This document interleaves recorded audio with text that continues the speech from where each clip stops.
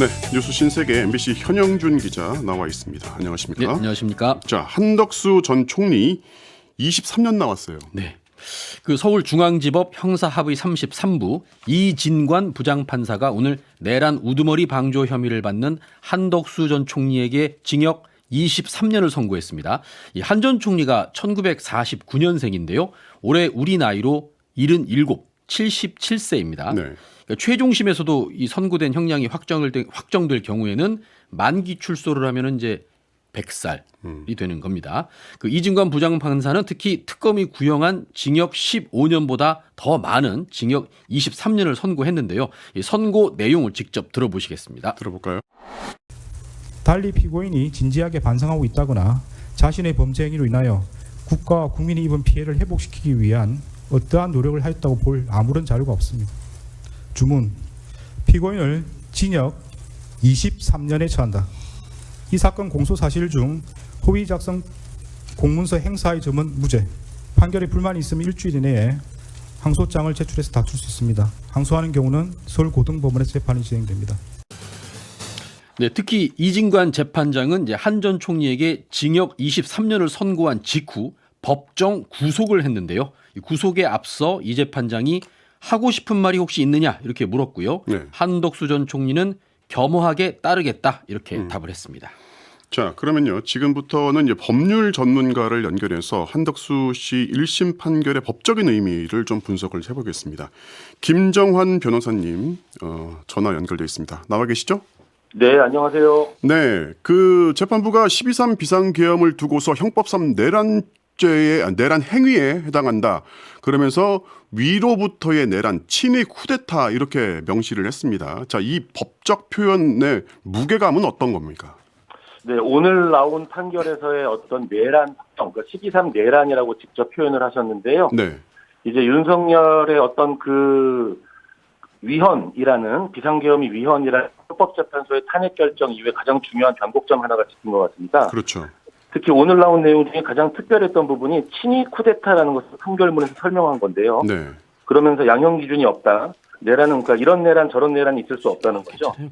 그리고 이제 그 내란과 관련돼서 친위 쿠데타의 성격을 설명한 것, 이것이 오늘 판결문의 굉장히 중요한 부분이라고 생각합니다. 네.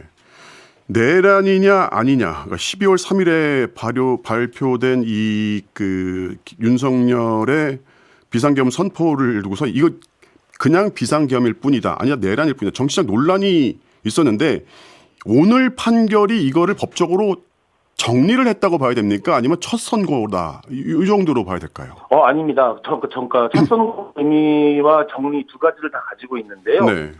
특히 오늘 엄벌 사유에서 어떤 내용을 이야기를 했냐면 사람들이 사망자가 발생하지 않았고 몇 시간에 종료됐다. 이런 것들을 자꾸 이야기를 하는데 이거는 무장계엄군을 맨몸으로 맞선 국민의 용기에 의한 것이다. 네. 그리고 이것은 어떤 그 따르지 않은 일부 군경의 행동에 의한 것이다라는 것을 네. 헌법재판소에 이어 다시 밝히면서 네. 그러한 논란 자체가 있을 수 없다라는 것을 판결문에 밝혔기 때문에 네. 향후에 나오는 판결들은 이 사실관계를 뒤집을 수가 없거든요. 네. 네. 우리가 법적으로는 이제 선행되는 판결이 후행되는 판결의 사실의 인정의 증거가 된다라고 표현을 쓰는데요. 네. 가장 선행되는 내란과 관련된 중요한 결정이 나왔다고 봐야죠. 이 질문을 뒷부분에 하려고 했는데 이 지금 네. 이 질문을 드리는 이유는 같은 1급심이지 않습니까? 근데 네, 앞에 네. 이후에 남아있는 재판들이 있습니다. 특히나 이제 윤석열 피고인에 대한 이제 직위원 재판부의 내란 우두머리 혐의가 있단 말이죠. 자, 네, 그렇습니다. 그러니까 걱정인 거죠. 혹시 여기 네. 가서 잘못되는 거 아닌가? 뭐 이런 건데 그런 우려는 할 필요가 없을까요? 그런 걱정은 하지 않으셔도 될 것 같습니다. 왜냐하면 우리가 이제 법적으로는 사실 인정의 원용이라고 합니다. 네. 그러니까 지금 이 재판부에서 인정한 판결문의 내용에 대해서 특별한 반증을 하지 않으면 선행 판결에서 인정된 사실은 후행 재판에서 증거가 되는 거거든요. 그러면 후행 판결에서는 이 부분을 반박을 해야 되는데 네. 오늘 나온 사실관계 확정과 관련돼서 반박을 할 여지가 없도록 이진관 재판장의 판결문에서 아주 촘촘하게 특히 내란과 관련돼서 단순히 어떤 국헌문란의 목적이 있었다 여기서 그치는 것이 아니라 네. 친위 쿠데타가 세계사적으로 어떤 의미를 가지는지 그리고 이것이 현재 대한민국에 얼마나 큰 문제를 발생시켰는지 네. 사람들이 이걸 가지고 정쟁이 일어나고 이런 부분에 대한 책임까지 물어가면서 엄벌 사유를 삼았거든요. 네. 이것을 다른 재판에서 뒤집을 수는 없다고 봐야죠. 지난주에 체포방해 혐의 재판에서는 구형이 10년이었는데 이제 5년으로 깎였단 말이죠. 네네. 상당히 실망하는 여론들이 많았어요. 그래서 네네. 오늘은 어떨까 상당히 예의 주시를 했는데 특검 구형이 15년이었는데 실제 선고형이 8년을 더해서 23년 나왔단 말이죠. 네. 자, 대폭 상향한 핵심적인 이유 뭐라고 볼까요? 거기에 대해서 이번 판결문에 상세하게 설명을 하면서 네. 과거에 전두환 노태우 내란 사건에서 이제 같이 그 내란에 참여했던 뭐 황영 씨라든지 각종 이제 그런 사람 그 주변 사람들에서 8년, 5년, 뭐 3년 이렇게 나온 경우가 있거든요. 그렇죠. 예, 이제 그런 기준이 될 수 없다라는 것을 명확히 밝혔잖아요. 네. 그러니까 친위 쿠데타라는 것은 쉽게 말하면 자신이 가진 권력으로 정적을 제거하겠다라는 민주주의와 법치주의의 가장 큰 그 어떤 그 문제를 일으켰다라는 네. 점을 판결문에서 정확히 밝히면서 네. 이제 이러한 내란 자체가 대한민국에서는 다시 그러니까 판결문이라는 거는 과거에 대한 평가기도 하지만 네. 미래에 우리가 어떠해야 한다라는 것에 대한 기준이 되기도 합니다. 네. 대한민국 역사에 다시는 이런 친위 쿠데타가 있을 수 없다라는 것을 선언하면서 네. 그것에 대한 상징적인 어떤 가장 높은 형을 선고를 한 것이기 때문에 네. 오늘 뭐 그 정확한 결정이 나왔다고 생각을 합니다. 네.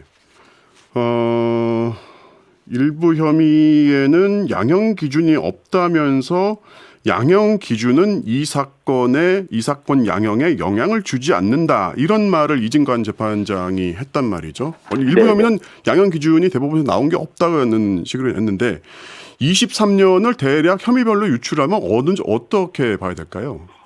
제가 생각하기에는 일단 그 감형 사유에서 이제 처음에 밝힌 네. 우리가 왜 며칠 전에 나왔던 이제 백대현 재판장의 판결문에서 네. 많은 사람들이 초범이라는 표현에 굉장히 맞아요. 분노를 했는데요. 네. 이제 그 부분도 이진관 원래는 이제 초범이라는 표현을 관례적으로 쓰는 거였는데 네. 이진관 재판장이 쓴 것처럼 다른 형사 처벌에 전력이 없고 이렇게 썼어야 되는 건데 이제 그런 초범이라는 표현 때문에 많이 오해들을 하셨잖아요. 네. 근데 그러면서 뭐가 나왔냐면 고령인 점을 들었어요. 네. 나이가. 네. 77세, 근데 23년형을 이제 내리면서 네. 거의 무기징역과 같은 효과거든요. 네. 이제 원래는 제가 보기에는 한 30년 정도를 생각을 하셨는데 거기에 대해서 이제 감형과 관련된 무죄 부분이 허위 공문서 행사가 부분이 있었고 네네. 그런 부분에 조금 감형이 있어서 23년형을 결정을 한 그런 절차가 있지 않았나 그렇게 예상을 해봅니다. 네. 이진관 재판장이 판결문을 읽어 내려가면서 네. 내란을 막아낸 국민들의 용기 이 대목을 읽을 때는 약간 울컥하는 장면도 좀 보였거든요. 네, 자, 그 부분이 가장 예. 중요한 부분이었죠. 예, 변호사님은 오늘 선고 부분을 보시면서 어느 네. 대목이 가장 인상적이었습니까? 저는 또 법률가다 보니까 네. 부작위에 대해서 설명을 하시는데 네. 부작위라는 것이 내가 직접 행동을 하지 않아도 행동을 한 것과 같은 효과. 네. 당신은 대한민국 국무총리로서의 지위에서 내란을 막을 수 있었고 막아야 했던 사람이다. 이 지위에 대한 강조를 하는 부분에서 이제 부작위를 설명하는 부분에 저는 좀 약간 법리적으로 향후 부작위와 관련된 또 중요한 또 결정이라고 생각을 했습니다. 네. 원래는 특검이 기소를 할 때요. 내란 중요 임무 종사가 아니라 내란 우두머리 방조로다가 했다가 나중에 이게 공소장이 변경이 된 건지 하여튼 내란 중요 임무 종사가 추가가 됐지 않습니까? 네. 그러면서 오늘 선고에서는 내란 중요 임무 종사는 유죄, 내란 우두머리 방조는 무죄로 판단을 했습니다. 어떤 차이가 있는 것이고 재판부가 이렇게 판단한 근거는 뭔가요? 내란 방조는 무죄라고 했지만 그 무죄가 아니고요. 범죄 사실 자체가 그러니까 그 내란 방조와 내란의 정범은 양립할 수가 없잖아요. 어떤 한 사람이 범죄를 저지른다면 정범 아니면 방조거든요. 네네네. 근데 내란을 집합범이라는 표현을 오늘 쓰셨더라고요. 이제 그 형법 교과서의 집합범이라고 하면 사람들이 모여서 그러니까 내란은 1인이 혼자 저지를 수가 없는 거잖아요. 쉽게 얘기하면 공범이란 얘기죠. 네네. 내란의 공범이자 내란의 정범이라는 거죠. 내란 행위의 주체, 특히 국무총리의 지위를 강조하는 부분이 이제 그런 내란의 정범이라는 것을 법률적으로 뒷받침하는 그런 내용이었습니다. 그래서 지금 방조라는 판단을 접고 내란 네. 중요임무 종사 유죄로 했는데 한덕수 국무총리의 중요임무 종사 집합범의 일부 중요한 역할을 했다고 판단했다는 거는 뭘 보고 그렇게 얘기를 한 걸까요? 그 판결문 내용에 보시면 이제 비상계엄과 관련돼서 그 윤석열 대통령이 원래 국무회의 없이 하려고 하는 것, 국무회의와 관련된 것을 오히려 사람들을 모으면서 네. 이 내란의 성공과 관련된 것들, 그 당시엔 당연히 내란이 성공할 거라 생각했으니까 사람들을 모은 거 아니겠습니까? 네네네. 예, 그 행위 자체가 만약에 국무총리로서 네. 그 헌법이 정한 어떤 국무총리의 역할을 수행했다면 내란을 막았어야 되는 거죠. 네네. 그 부작위 자체가 이 사람은 그 내란을 막지 않은 행위가 내란을 행위를 한 것과 동가치성을 가진다. 이렇게 이제 판결문에 표현을 하셨더라고요. 네. 네. 마지막으로 짧게 한 번만 더 여쭤볼게요. 2월 19일에 직연재판부의 내란 우두머리 혐의 그 선고가 있는데 큰 걱정을 안 해도 되겠습니까? 네, 큰 걱정 안 하셔도 되고요. 오늘의 양형 기준은 다른 재판에서도의 어떤 기준이 될 수밖에 없기 때문에 네. 지금 23년이라는 기준은 이제 그럼 김용현은 최소한 무기징역 그리고 윤석열 같은 경우는 이제 사형이 나올 수 있는 정도까지의 네네. 이 내란 범죄의 심각성과 우리 역사에 끼친 해악성에 대해서 정확하게 짚어준 중요한 판결이었다고 생각합니다. 여기까지 듣겠습니다. 지금까지 김정한 변호사였습니다. 감사합니다. 네, 감사합니다. 자, 현영준 기자랑 계속 얘기를 나눠보겠습니다. 오늘 중요한 뉴스가 많았어요. 이재명 대통령 오늘 신년 기자회견을 했죠. 네, 그렇습니다. 자, 바로 들어가서 검찰 개혁이 가장 중요한 이슈 중에 하나였는데 어떻게 나왔습니까? 네, 그 오늘 이재명 대통령이 이제 청와대 영빈관에서 열린 신년 기자회견에서 네. 보안 수사권에 대한 입장을 밝혔습니다. 먼저 대통령 기자회견 내용을 짧게 들어보시겠습니다. 네. 같은 맥락에서 검찰 개혁 역시 확실하게 추진하겠습니다. 국민의 권한을 위임받은 권력기관이 국민을 위해 작동하지 않는 한 불공정과 특권, 반칙을 사로잡는 일은 요원합니다. 단박에 완성되는 개혁이란 없습니다. 국민의 권리를 두텁게 보호하고 혼란과 부작용을 최소화하기 위해 필요하다면 법과 제도를 계속 보완해 나가겠습니다. 네, 특히 이제 그 공소청 소속 검사한테 보안 수사권을 줄 것이냐 말 것이냐가 이게 굉장히 논란이 됐었거든요. 그렇죠. 그러니까 보안 수사권을 줘서는 안 된다. 반대하는 입장에서는 검사들을 못 믿겠다는 거죠. 믿을 수 없는 사람들이다. 이렇게 반대를 하는 거고요. 네. 반면에 이제 찬성하는 사람들은 아니 범인은 잡아서 구속을 시켜야 될 거 아니냐. 뭐 이런 범인을 잡기 위해서 보안 수사권조차 안 주면 결국에는 죄 없다고 풀려날 거 아니냐. 또 이런 주장들이 있었습니다. 자, 그래서 이제 이게 논란이 되고 있는 상황에서 이재명 대통령의 생각은 어떤가? 그런 질문이 오늘 나왔고 네. 이제 가감 없이 대통령이 자신의 생각을 설명했습니다. 네. 이것도 한번 들어보시겠습니다. 네, 들어보죠. 보안 수사 얘기. 저는 보안 수사를 안 하는 게 맞다고 생각해요. 그러나 예외적으로 필요한 경우가 있어요. 공소시효가 이틀밖에 안 남았는데 예를 들면 송치가 왔어요. 이틀밖에 안 남았어. 간단하게 어디 물어보면 돼. 예를 들면. 그런데 이거를 보안 수사가 전면 금지가 되면 경찰로 다시 보내고 가는데 이틀, 오는데 이틀 하고 끝나버려요. 예를 들면 이런 경우 어떡할 거예요?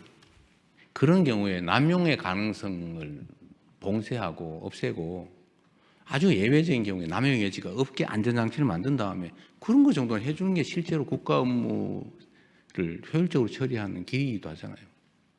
이 검찰개혁의 핵심은 검찰한테 권력을 뺏는 게 목표가 아니에요. 그건 수단과 과정이죠.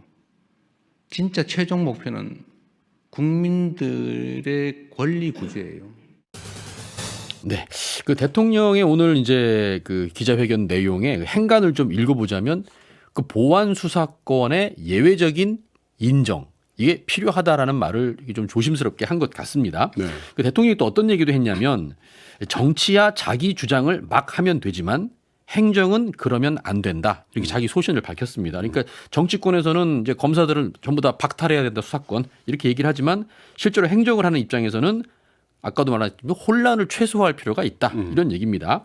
자, 그러면서 어떤 얘기를 했냐. 2,000명이 넘는 검사가 있는데 그중에 나쁜 짓 한 검사가 몇 명이나 되겠냐. 최소 절반가량은 국민의 인권을 보호하고 나쁜 놈 처벌하는데 평생을 바친 사람들이다. 이렇게 말했습니다. 그러면서 너무 급하게 서두르지 말고 충분히 의논하면 좋겠다. 이런 입장을 내놨습니다.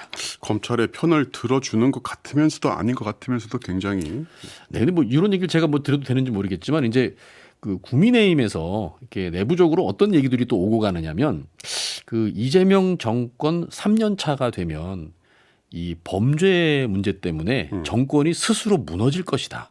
이렇게 또 생각하는 국민의힘 의원들이 많아요. 그게 뭐냐면 이제 검찰의 이제 수사권이 다 박탈됐고 또 검찰이 공소청에서 그 공소 유지 역할만 한단 말이죠. 그러다 보면 이 자연스럽게 그 범죄 기소율 재판에 가서 또 유죄를 받는 유죄 비율 판결률. 이런 것들이 많이 떨어질 거라는 거죠. 그러면서 민심이 흉흉해지지 않겠느냐 하는 것들이 사실은 이제 정치적인 이제 반대편 야당에서 나름 또 기대하고 있는 부분이기도 합니다. 그래서 사실은 그 우리 국민들이 생각하시는 것처럼 그 검찰의 수사권을 완전히 박탈하고 검사들을 전부 이렇게 묶어놓는 것이 꼭 효율적인 방법만은 아니다. 이런 또 의견들이 있습니다. 앞으로의 논의 과정 계속 지켜보겠습니다. 자, 이해운 장관 후보자에 대한 입장도 나왔죠. 네, 그 이해운 후보자에 대한 이 대통령의 생각도 한번 직접 들어보시죠. 들어보시죠. 직설적으로 얘기를 하면 이해훈 지명자에 대해서 어떻게 할지는 아직 결정은 못했어요. 근데 아쉬운 거는 본인의 이야기를 공개적으로 들어볼 기회를 갖고 그 청문 과정을 본 우리 국민들의 좀 판단을 제가 들어보고 좀 그렇게 판단하고 싶었는데 결정하고 싶었는데 그 기회마저 봉쇄돼서 본인도 아쉽겠지만 저도 참 아쉽습니다. 문제가 있어 보이긴 해요. 그에 대해서 본인의 해명도 또 들어봐야 되는 거 아닌가요? 그게 공정하죠.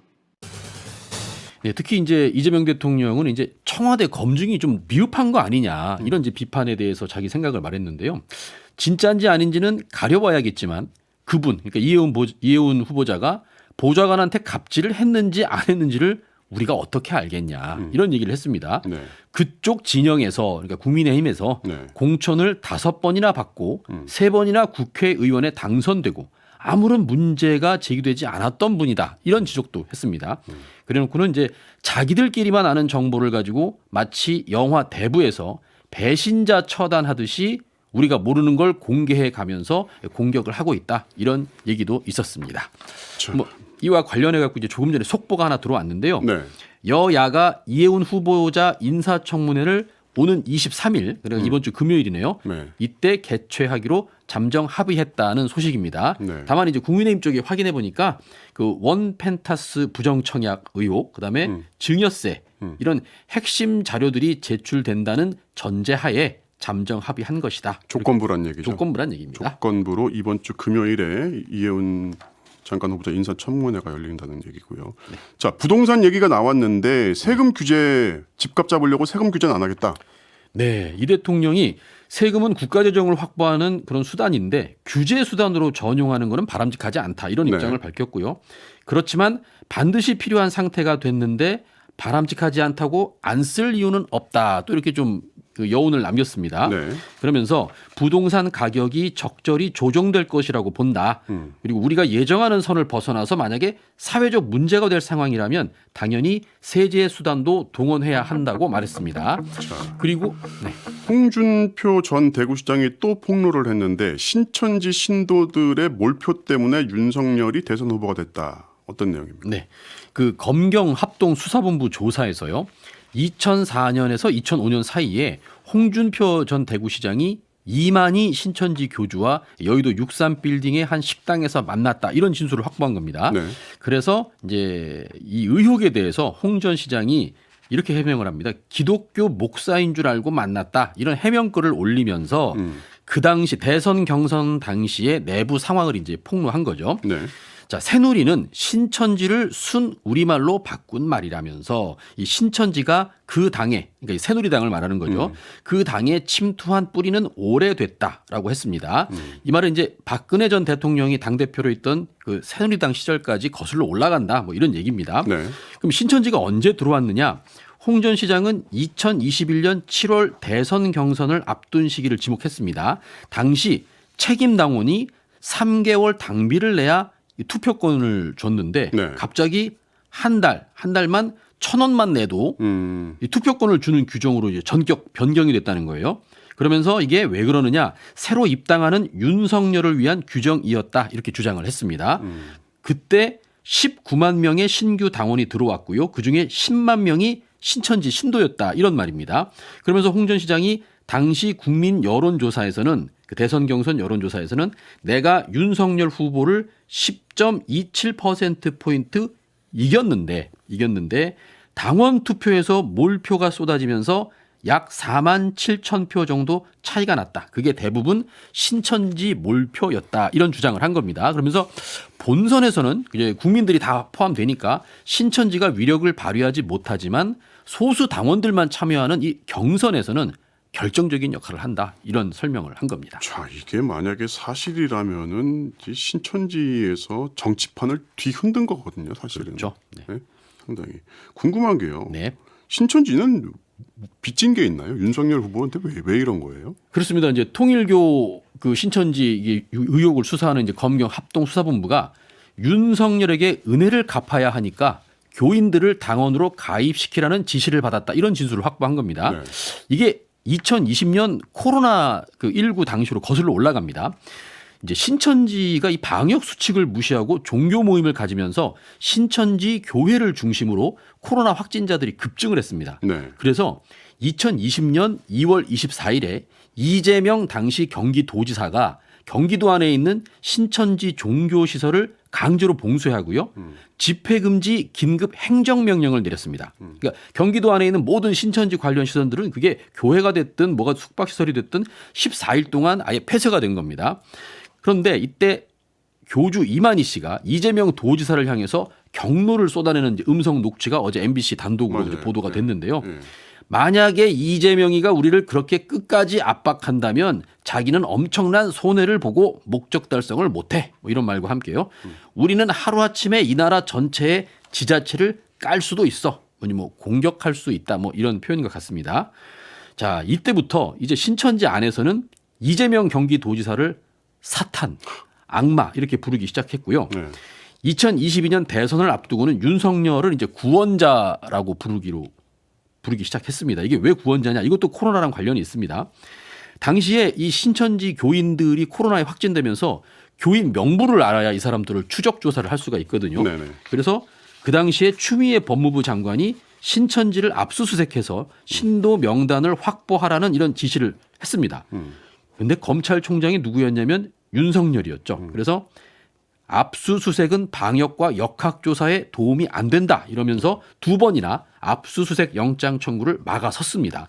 결국 이만희 교주와 신천지 신도들한텐 이재명 도지사는 악마였지만 압수수색 막아준 윤석열 검찰총장은 고마운 구원자일 수밖에 없는 상황이었겠습니다. 여기까지 들어야 될 것 같습니다. 뉴스 신세계 MBC 현영준 기자였습니다. 잘 들었습니다. 감사합니다.